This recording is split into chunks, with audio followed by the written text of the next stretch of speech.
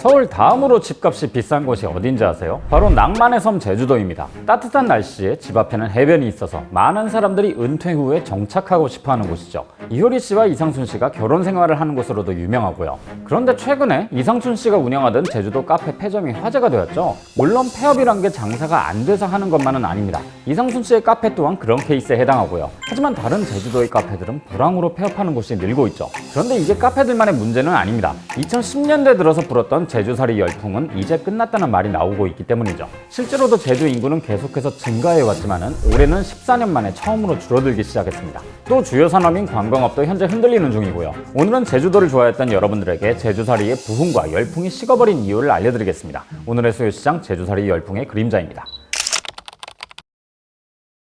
2000년대에 시작된 관광붐은 해외여행을 성장시켰는데 이건 제주도 관광의 성장 계기도 되었습니다. 당시엔 국내 최고의 여행지였으니까요. 따뜻한 날씨, 깨끗한 바다, 그리고 멋진 화산까지 있는 섬이었으니 80년대부터 최고의 국내 여행지였죠. 덕분에 관광객들은 꾸준히 늘어서 2009년부터 2016년까지는 매년 두 자릿수의 성장률을 기록했습니다. 2017년엔 사드 배치로 인한 중국의 반환령으로 중국인 관광객들이 200만 명 이상 감소했는데 국내 관광객은 오히려 늘어나서 2019년엔 다시 연간 1528만 명이 찾는 국내 대표 관광지가 될 수 있었죠. 그런데 이렇게 다들 많이 찾아오니까 단순한 관광용 방문이 아닌 제주살이라는 트렌드도 등장했습니다. 번잡한 도시를 벗어나 제주도에서 한 달 정도 살면서 자연과 여유를 누린다는 거였죠. 그러다가 아예 이주하는 분들도 있었고요. 덕분에 제주도의 인구도 2009년부터 22년까지 20% 이상 증가했었죠. 특히나 이런 제주살이는 이효리 이상순 부부가 2013년에 결혼과 함께 제주도로 내려가면서 더욱 화제가 되었습니다. 덕분에 2014년부터 제주도는 매년 1만 명 이상 인구 순유입이 발생했고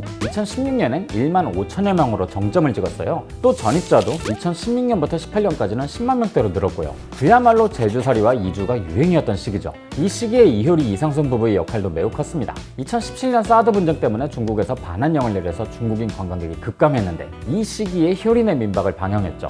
덕분에 중국인의 공백을 내국인이 채우면서 큰 타격 없이 지나갔고요. 자, 그러다 2020년 팬데믹으로 제주 관광업계도 타격을 입긴 했습니다. 하지만 외국인 관광객이 사라진 상황에서도 한국인들만 1천만 명이 넘게 갔다는 건 의미가 큽니다. 전체 관광산업이 위축된 상황에서도 제주도 관광은 인기가 있다는 거니까요. 그 결과 22년엔 1388만 명이 제주도를 찾았고 그중 내국인만 1380만 명을 기록할 정도로 빠른 회복세를 보이게 됩니다. 그리고 이 기록이 특별한 건 내국인 관광객의 최다 방문 기록이라서죠. 제주도 관광의 피크였던 2016년에서 19년에도 이 정도는 아니었거든요. 정말 너무나도 많은 사람들이 제주도를 방문하고 있었던 거죠. 자, 그런데 이렇게 영원할 것 같았던 제주도의 인기는 23년부터 본격적인 하락세에 접어듭니다. 엔데믹과 함께 해외여행의 문이 열리면서 국내 관광 수요의 감소는 다들 예상했지만은 문제는 제주도 관광에 불만이 생긴 소비자들이 급증한 거죠. 거기다 애마저 싸져버리니까 이 돈이면 차라리 일본을 가지 이렇게 생각하는 사람들이 많아진 거예요. 숙소도 비싸, 렌트비도 비싸, 밥값도 비싸, 뭘 비교해도 제주도가 더 비쌌던 거죠.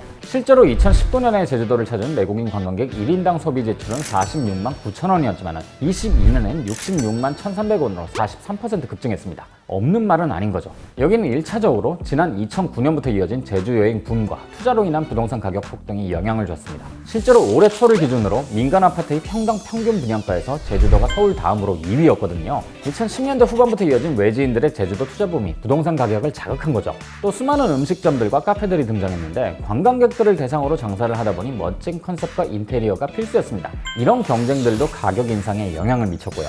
또 여기에 관광 스타일의 변화도 영향을 미쳤습니다. 패키지 여행이 크게 줄고 개별 여행이 대부분을 차지하게 된 거죠. 일단 패키지 여행의 주 이용자인 외국인 관광객들이 크게 감소했는데 국내 관광객들마저 개별 여행을 훨씬 더 선호하게 됐어요. 그러다 보니 관광버스 수요는 급감했는데 렌터카의 수요가 몰려서 가격이 오른 겁니다.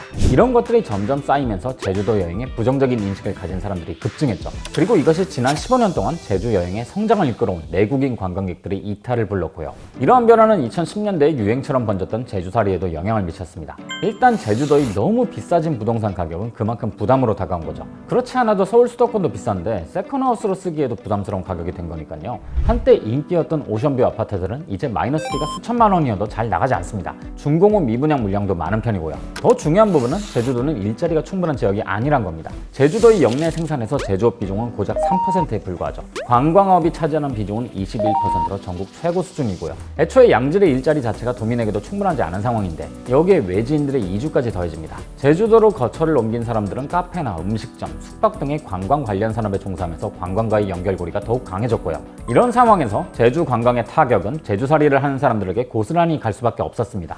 마지막으로 높아진 물가가 생활 물가에도 영향을 줬습니다. 제주도는 원래 도서지역이기 때문에 해상 운송이 필요하다 보니 제주도 생산 물자가 아니라면 가격도 비싼 편이죠. 실제로 제주도는 배송을 하면 추가 요금을 지불하는데도 배송까지 느린 지역이고요.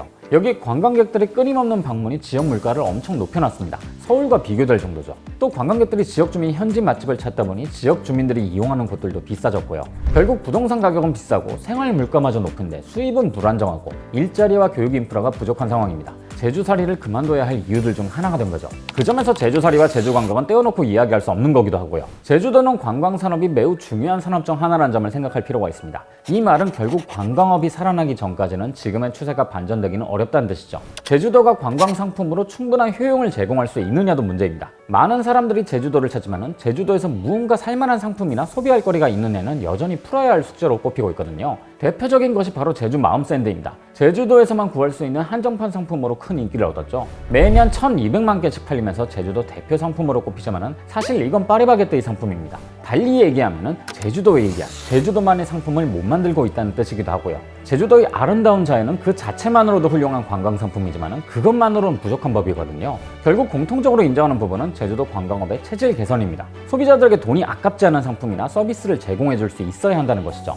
이 문제에 있어서 제주도 관광공사도 굉장히 고민이 많은 상태고요.